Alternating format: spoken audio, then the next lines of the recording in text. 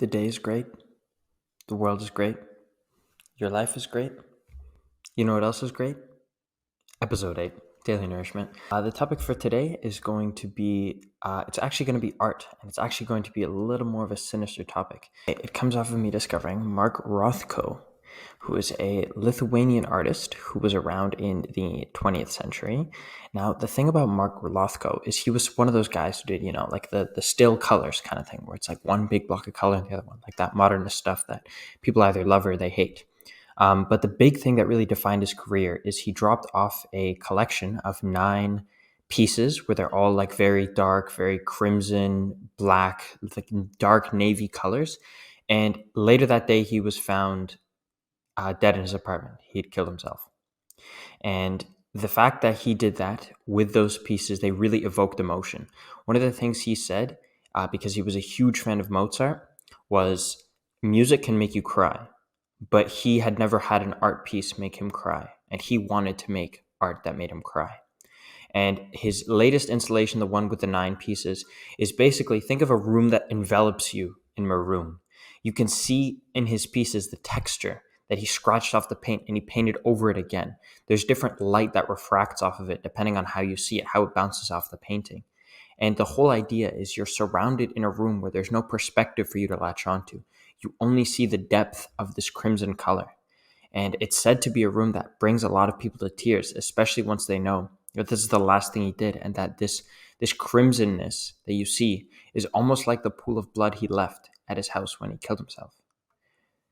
Now, moving off of this had me then thinking about, is there a way that we can evoke this feeling in food? Not necessarily crying, also maybe laughter, maybe joy, maybe shock. All of these emotions. I'm thinking about more than just the shock of seeing the food in front of you and how beautiful it is. I'm thinking of more in an artistic sense. Now, I think there are some challenges with doing this, and I've thought of a couple just off the top of my head. I think the first challenge is that with art, it's something that you sit with for a while. It's something that you sit with and you look at for a while. And the more you look at it, the more it reveals. If you first just take a glance at these Mark Rothko paintings, even online, you're going to be very underwhelmed. They're just one color, like 1 or 2 colors, right? But when you look at them in person, you're said to see the different shades. You're said to see the different things I described. That means that if you only see the paintings online, you're not going to be able to get that texture. And because you're only looking at them at a glance, you're not really appreciating them. That's the problem with presenting food as a form of art, because food by nature is meant to be consumed, especially hot food. If you get a plate of steak and it is trying to tell a story about how the cow was brutally slaughtered and mistreated, how are you going to be able to do that when the diner's first thought is, let me eat the steak before it gets cold? It's almost impossible to break this barrier. It's something that you first think of every single time when you eat. I think now that we're moving into a social media age where, you take a picture of it and then eat, well, it does change it a little bit, but still, the picture is just there to capture the moment. It's not like you take the picture and then you look at the picture for the complexities. And even if you looked at the picture, I don't think you'd be able to capture those same complexities like in the painting that you do in person. The point of looking down at your plate is that you're able to see all of these elements. You maybe see a gloss on the sauce you didn't see before. Maybe notice an intricate detail on the plate, maybe a porousness. Maybe you notice the way the meat is handled. You notice that really serene crust on something and you wonder, how on earth did they achieve this? All these things that you're not able to get. That's why I think, for example, pastry, you often see pastry being portrayed as some sort of art, because pastry is usually something that you can sit and you can leave and then you can observe it and it won't degrade in quality. Eating a steak 5 minutes after you've gotten it, it will be much degraded than when you initially got it. I think some workarounds around this might be a presentation of the dish first. Like one of my favorite restaurants that does this is a restaurant called Tarzani Jane. They do a concept where basically Jane is Tarzan's wife, and she stands in the middle of the kitchen basically, and she tells a story to the entire dining room about that dish that they're about to get all at once. And how this works is she tells the story, and then all of the waiters present the plate at the same time. So you've already got the context. Your gears are already turning. You've already seen the food being made in the kitchen in front of you. And then you get to put it all together when that plate comes in front of you.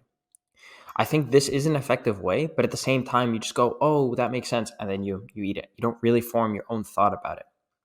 Another way that it might be possible to achieve something like this is imagine a meal where someone questions you, right? Where you get asked like reflective questions almost, right? Like in an art museum, yes, you can look at the art, but the point is when you see the menu, when you see the docket for the museum, you'll often see that there might be questions that might guide you in a certain direction. And maybe that's something that we can put on a menu. Maybe on a menu underneath the dish, you can then put a prompting question that'll then guide the diner in the direction you want.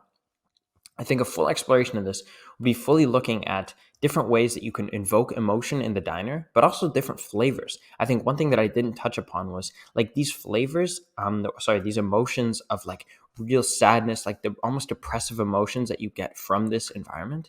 I think you can almost relate to like really burned flavors. Like they're hard to appreciate. It's really hard to appreciate someone really being able to express their depressive feelings because it's sad, right? It's really hard to appreciate something like burnt bread, burnt garlic, all these super burnt, like super acidic flavors. They're hard to appreciate. But I think if you frame them in such a way that invokes emotion, you might be able to create a more powerful dining experience than ever. Thank you very much for listening to this episode, and I'll see you tomorrow. Prime time, number 9. Goodbye.